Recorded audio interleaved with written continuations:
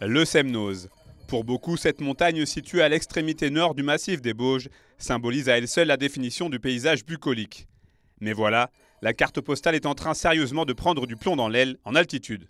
Depuis maintenant plusieurs années, les incivilités se succèdent et aujourd'hui, la situation est telle qu'elle s'apparente à un ras-le-bol généralisé. En réaction à ces comportements de plus en plus inappropriés en montagne, les maires de 4 communes du territoire du Semnoz ont décidé de monter au créneau. On s'aperçoit que ces soucis sont récurrents et surtout une notion d'accélération du phénomène due à la fréquentation qui sera de plus en plus importante. Ce site étant très accessible, très facile d'accès, très ludique, familial. Et nous avions donc besoin de mettre en place ce qu'on s'est dit de façon à réglementer les usages.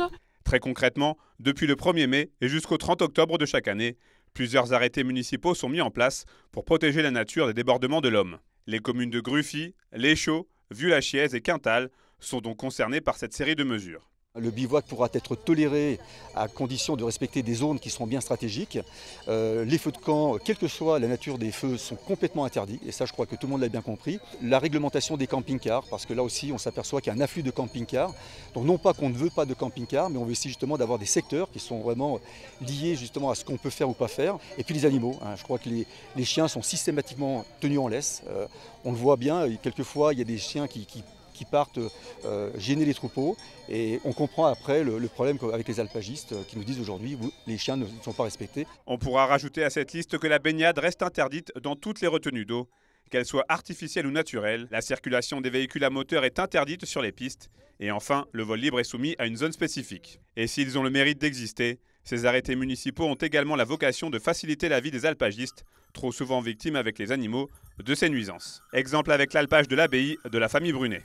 Le plus compliqué, c'est de rester calme et d'essayer de comprendre un peu les gens.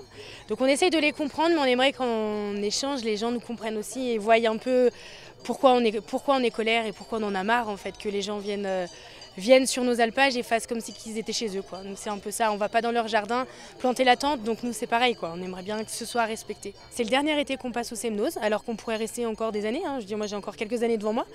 C'est le dernier été qu'on monte au Semnoz parce que pour le Semnoz, en fait, il faut être 3 personnes, dont une qui fait la police, et que moi toute seule, je ne peux pas être partout. Cette initiative a bien sûr été largement saluée par Frédéric Lardet, la présidente du Grand Annecy, qui est en charge de la gestion de la protection du site. Les gendarmes, les pompiers et l'ONF seront associés au bon fonctionnement de cette nouvelle réglementation, car désormais, force est de constater que le Semnoz, véritable poumon vert d'Annecy, est plus que jamais victime de son succès.